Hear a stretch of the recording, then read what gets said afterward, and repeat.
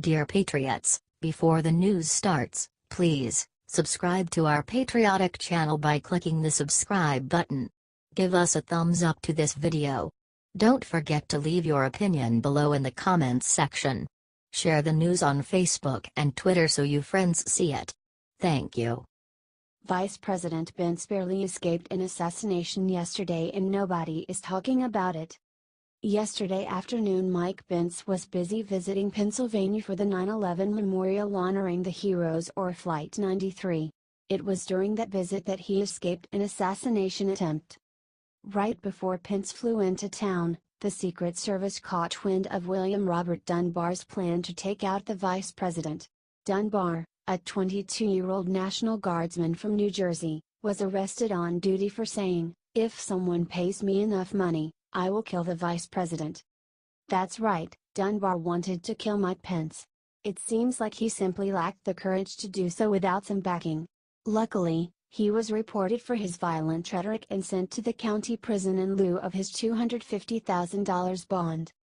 Luckily for us, this would-be murderer was stopped in time and VP Pence and his wife were able to make their trip safely and successfully. They even released this beautiful video of Pence's trip and commemorative speech for our fallen heroes of 9/11. If you are glad that Vice President Mike Pence is still alive and the perpetrator was arrested, celebrate with an amen. If you want to help warn him, Trump, and everyone else how dangerous and deranged these leftists are becoming, share this and let the world know.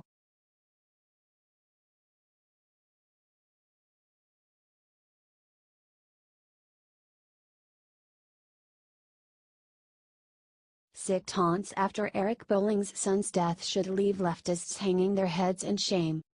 You know leftists are sick when they start making fun of an innocent young boy's death.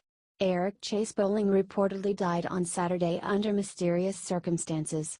He is the son of Eric Bolling, a former Fox News host who was fired over allegations of sexual harassment.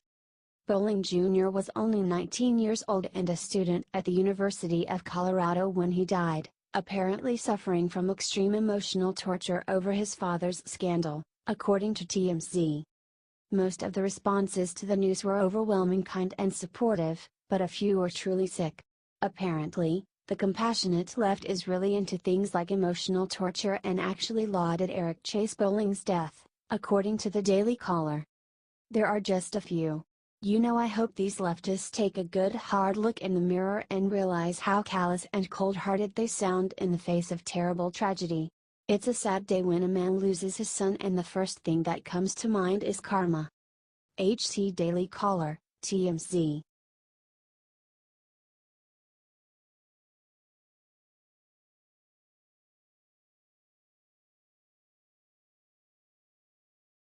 Right after the 9/11 ceremony, Trump made history with two simple words. Y'all, 9/11 was truly a terrible day in American history, one that all who lived through it will never, ever forget. It has been 16 years since.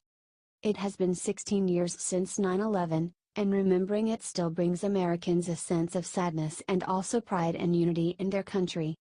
President Trump marked this event in a formal and somber fashion, placing a wreath and giving a speech. But President Trump did not stop there. He wanted to take it a step further and commemorate this day like no one has before. President Trump officially proclaimed September 11th of each year Patriot Day. President Trump outlined the purpose of Patriot Day in a White House statement. On Patriot Day, we will honor the nearly 3,000 innocent lives taken from us on September 11, 2001, and all of those who so nobly aided their fellow citizens in America's time of need. We rededicate ourselves to the ideals that define our country and unite us as one, as we commemorate all the heroes who lost their lives saving others. Wow! This is an incredible gift to the American people, reinforcing the spirit of unity, compassion, and patriotism that showed itself after 9/11 for all time. Share this out 10,000 times so everyone can see how President Trump has honored the 9/11 tragedy.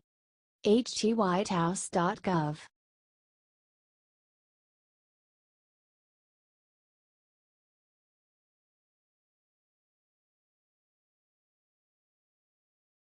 just as the Supreme Court just gave Trump's travel ban a huge new gift. Good news for President Trump's travel ban: the Supreme Court just allowed a temporary lift of the ban's restrictions. Last week the notoriously liberal Ninth Circuit Court of Appeals barred the government from refusing to take in refugees that are part of the U.S. refugee admissions program or have assurances from resettlement agencies.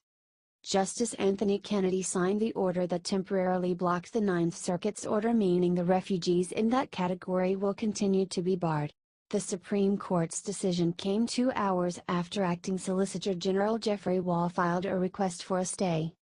Wall's rationale for the stay is as follows.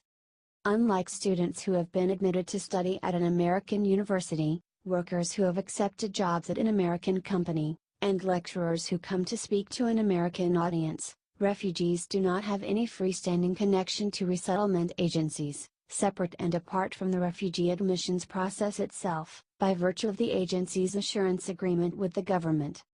He continued. Nor can the exclusion of an assured refugee plausibly be thought to burden a resettlement agency in the relevant sense. President Trump's travel ban is meant to prevent travelers from Iran, Libya, Somalia, Syria, Yemen, and Sudan from coming to the U.S. for 90 days. The Supreme Court will hear 2 cases challenging the ban on October 10.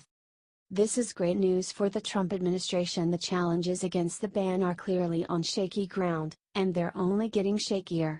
Liberty writers will be following this case closely, so stay tuned, Patriots. And don't forget to share. HTMSN.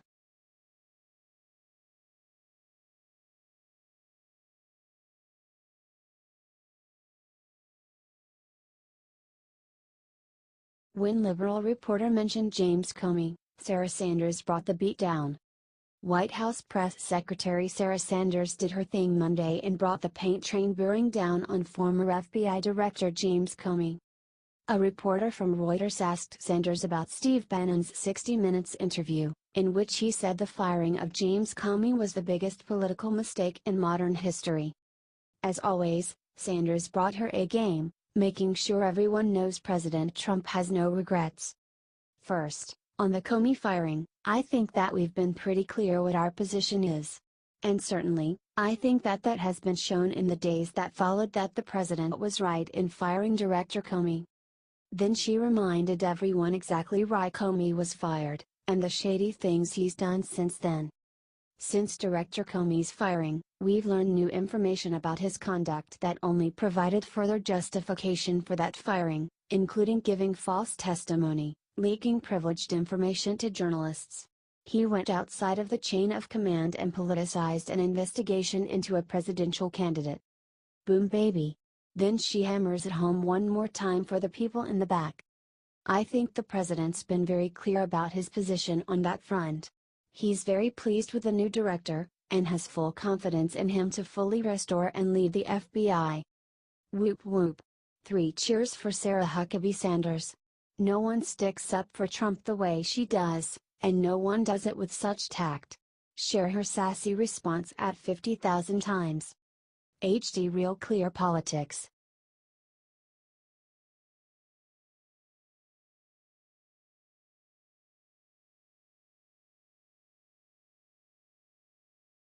Move over Sean Hannity. Fox just gave Laura Ingraham the best job ever.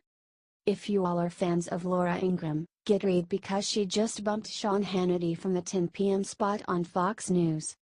Now, before you go and get too worried, Hannity is just getting upgraded to the 9 p.m. slot and the 5 is getting moved back to 5 p.m.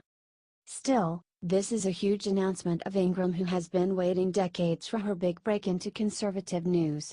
It finally came last month when she was asked to fill in for Tucker Carlson for a few days.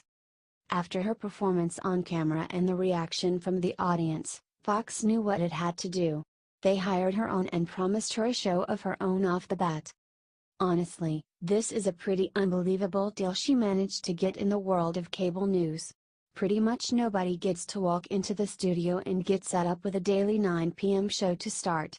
It's no doubt her years of media experience have absolutely paid off. Well, either way, now you all know the new show times for Fox's fall lineup. Get this out to every Fox News watcher you know so they can see what direction the Murdochs are taking their channel now.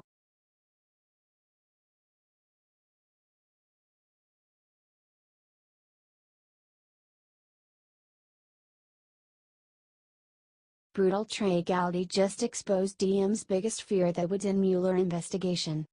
It looks like the Justice Hound of the House, Trey Gowdy, is back again, and this time he has discovered something the Democrats don't want getting out about that dirty dossier on Trump.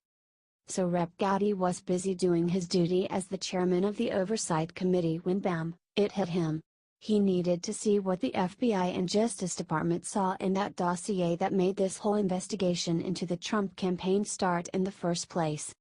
Trey Gowdy said that Dems are scared that the entire investigation into Trump was built on a piece of fiction. Gowdy told the Daily Caller, "I don't know why anyone, from California Rep. Adam Schiff, to Vanity Fair, to Rachel Maddow, would not be curious whether or not the world's premier law enforcement agency relied upon a dossier in connection with an investigation without vetting it. For the life of me, I don't understand why they are focused on this, unless they are fearful that the Bureau did rely on a piece of fiction." According to Trey, he thinks that Comey may have jumped the gun and started the case without vetting any of the info. It makes sense since the dossier was already disproven. If that is the case, then the entire investigation is a sham and Comey and Susan Rice and Loretta Lynch need to go on trial instead. This is a big breakthrough for Trey Gowdy and every conservative. Make sure everybody sees this.